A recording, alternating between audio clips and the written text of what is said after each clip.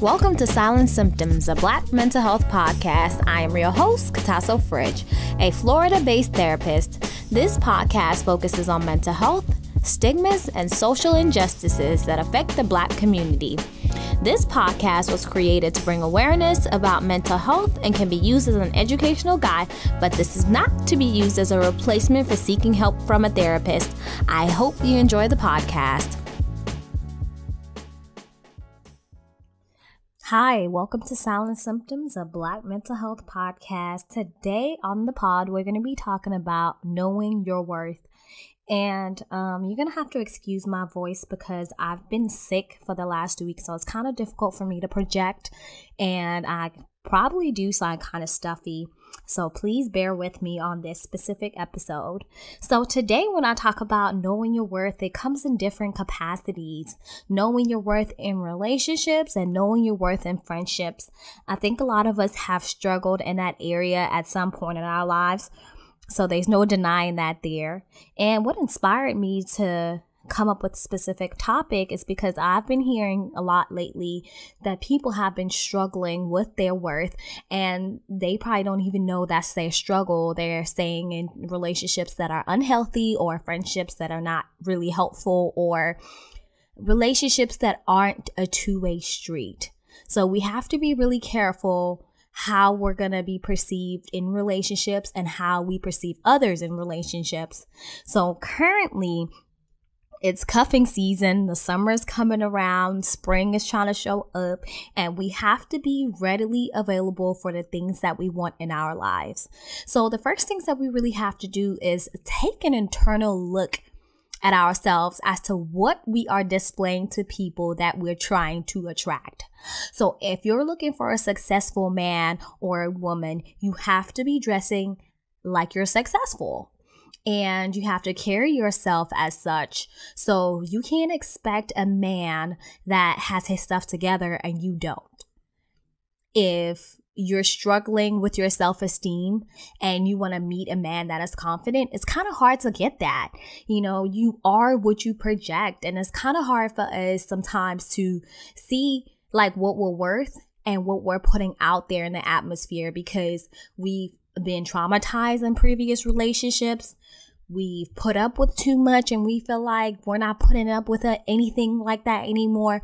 So there are a lot of capacities that we have to really look at, and how we project and the people that we bring into our life. I can't stress that enough. So if you've just come out of a relationship, you have to actually take some time to heal yourself before jumping in another. Because sometimes some of the baggage that we brought from our previous relationship can affect the new relationship that we want. And this new relationship can be a healthy relationship, a relationship that is worth your while. However, if we are not doing the work to get ourselves clear from a toxic relationship from the past, then we can't be like a good person for the person that we're with currently. So some of the toxic traits that we may have had in the previous relationships, like going through people's phone, or talking crazy to them. So not having no filter, saying whatever you want, cursing at your partner, being disrespectful. Those things are not to be tolerated in any relationship, whether it's a friendship or a relationship. So a romantic one. So we have to be really careful about our own toxic traits, right? So if we are toxic and we don't see that, and we expect to attract other people in our lives that aren't toxic, it's not going to happen. So at first, the relationship may seem all great, all dandy, and then 2 months down the line, 3 months down the line, everybody starts being themselves and all those toxic traits come out. So if we are not fully healed from a relationship, we should not be getting into another one. Let's take time to really solve the issues that we had. So we also have to look at ourselves. So if we had any toxic behaviors, we need to take that time to work on them. If we allowed somebody to treat us like we're not worthy, we have to look at that also, because that plays a great part in how we're going to move forward in our life. We've all been guilty of saying, I'm not going to put up with that type of stuff. I don't know why my friend has put up with such a guy.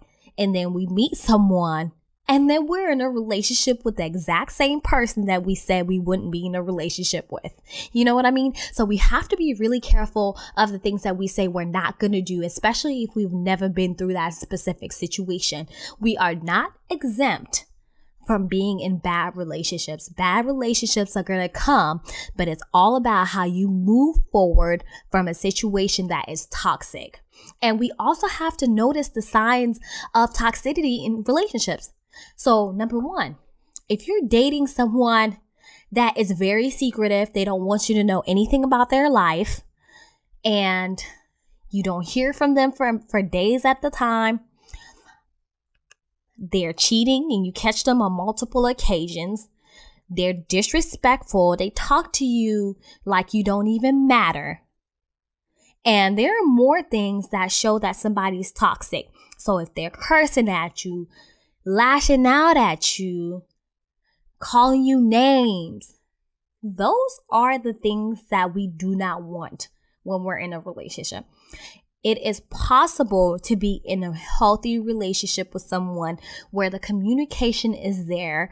You have conversation where there's conflict. We don't scream at each other. We don't curse at each other. It may be hard when we're used to, doing toxic things because our previous partner used to yell and scream, and the only way you could be heard was for you to be yelling and screaming. We've all been there. So we have to change our frame and how we look at things as far as relationships. And it's very, very, very, very important for men and women alike to recognize that we are more than that. We are worth 10 times anyone talking to us crazy. So even when we want a person to be good for us and they are not, we have to be able to be strong enough to let that situation go. There are plenty of men out there and there are plenty of women out there that feel like that nobody else is there for them to be matched with. There's always somebody for anyone. So we have to project what we want. And part of that is taking good care of ourselves. If we don't take care of ourselves and we don't look at ourselves within to see, okay, what am I lacking in my life to where I'm allowing somebody to treat me this way? What is it about me that feels as though I need this person in my life? Is it for security? Is it because of the kids? Is it because you love that person or you feel like you can't find anyone else? Right? Or your self-esteem. We have to look at that because those things matter in a relationship. And if we can't get to the point where we look at the root as ourselves for putting up with someone who does not know our worth. So once we recognize that there's something wrong there, that we're putting up with someone that doesn't deserve us, right? So we've already evaluated ourselves. How can we take good care of ourselves? So you always have to have some type of self-care. You have to be able to get with your girlfriends and have a conversation about what you're feeling, or if you want to see a professional because, you're depressed or you have anxiety that is caused by a relationship that you're in. Okay? And let's also talk about friendships, right? So in friendships, they can be really one-sided. So if we have friends that we're constantly there for, where whenever they give us a call, we're always there.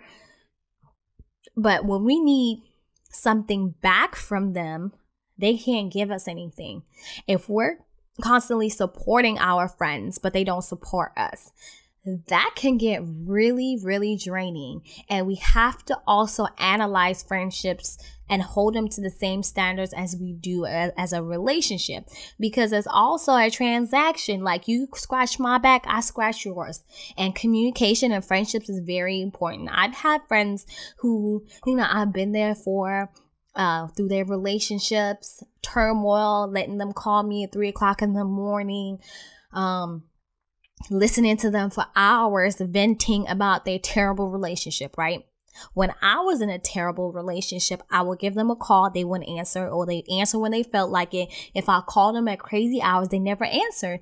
And sometimes we have to look at things like that and say, dang, like I was there for you and you weren't there for me. So we have to analyze relationships. And when you seek support, like if you're starting a business or you're doing something special and they don't show up for you, you have to look at those things as well. And we also look at ourselves. Are we readily available for our friends when they need us? So we can't expect people to be there for us when we're not there for them. So those are the things we also need to look at. And we always have to also count on ourselves in relationships and friendships. So the biggest thing in relationships is that we neglect ourselves because we're so stuck on being with that specific person. We forget about our own needs. We put that person on a pedestal and say, hey, this is my man, this is my woman. I'm going to do whatever it takes to be with them. I'm going to take care of them. And then we neglect ourselves. Do not neglect yourself for a relationship. We are past that point. A relationship should be to where you guys equal each other out. Okay. You have to always be able to meet your own needs first and then meet the needs of the other person. Like I always say, if your glass is completely empty, what do you have to pour in somebody else's life? If we're neglecting ourselves, we're always going to be at a position of a lose-lose because we are not full enough to share with ourselves and share with other people. So we have to make a commitment to ourselves to make sure that we're taken care of. We're not worried about anybody else first. And then we could worry about ourselves and the next person afterwards. We have to make that commitment to ourselves. Okay? Also, knowing when enough is enough. We have to stand up for ourselves in relationships. We have to know our self-worth. Men and women alike, if we're bringing things to the table, make sure if you have all the food you're bringing to a relationship, make sure the man or a woman brings a table. You should not be bringing the table, the chairs, the living room, the restaurant to a person they can't even bring you something as simple as a table. We cannot continue the cycle of settling. We have to know our worth. We absolutely have to get past that point of settling for whatever feels good for the moment. And when we realize that something is toxic, we have to be able to let it go. When I tell you guys, it took me 5 years to get out of a toxic relationship that I knew was toxic the first few months that I was in that situation. Let me tell you guys about forgetting about ourselves. Like, I was in such a toxic relationship. I didn't even know it was causing me anxiety, depression, worry, confusion, all these things, right? And I continued on that cycle. I was allowing somebody to play mind games with me. I was allowing somebody to cheat on me, to give me false hope. And I continued to be this good person. Oh, you're a good girl. If you continue to act right and show him love, he's going to show you love back. He's going to stop cheating. He's going to stop treating you like crap. That never changed because I was never the problem. The problem was with that specific individual because they didn't know their self-worth. So they had to seek validation from multiple women. So when we seek that validation from multiple women, whatever we do as that partner in that relationship, that specific person cannot give us all that we deserve because they're so focused on other things. So we have to know our worth and we have to be able to think first. Use our brains instead of our heart because our heart is always going to show love to that specific person. So if we know and we have these feelings and an inkling that something is wrong, 9 times out of 10, something is wrong. And we have to be very careful about what we put in that atmosphere and what we bring into our life.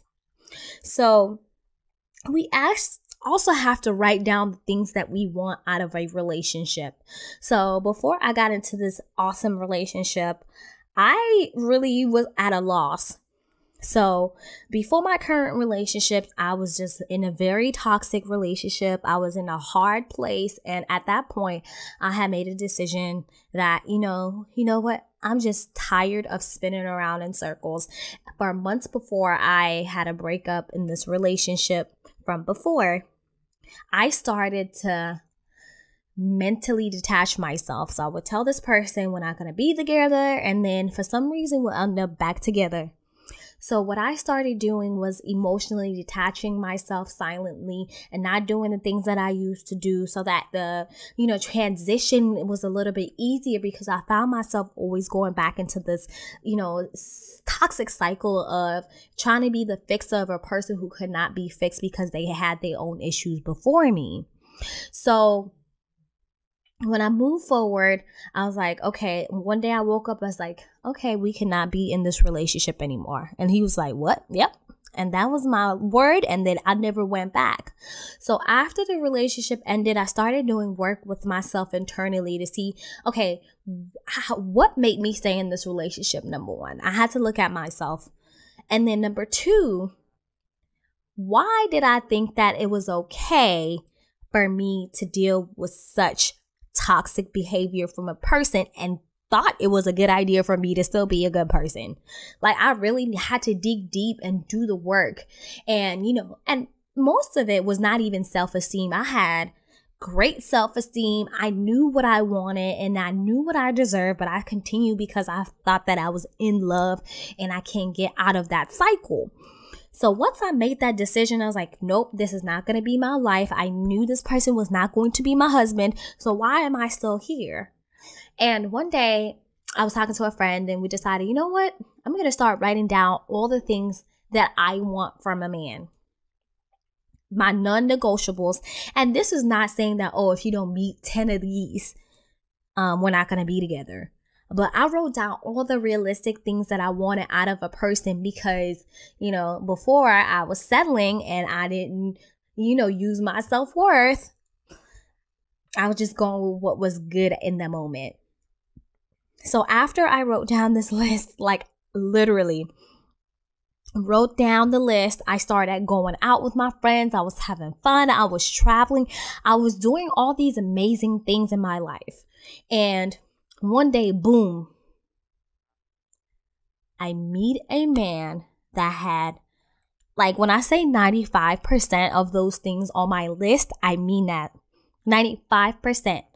And I just say this because, we have to know our worth, and everything is possible that we want from an individual. It's about what we're willing to settle for and how much self-worth we have and what we're projecting into the world of what we want. So if we're not going to put it out in the atmosphere and verbally say it, maybe you don't want a man with kids. There you go. You don't have to have a man with kids.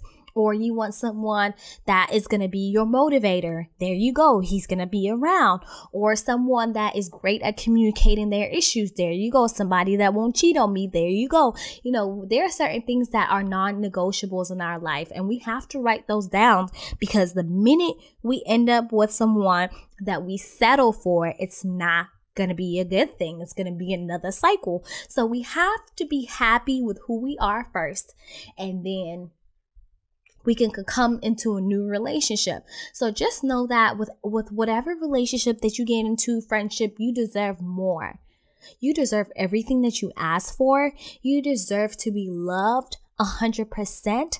There's no one on this earth that should be able to treat you like you are nothing, because you are someone. Okay?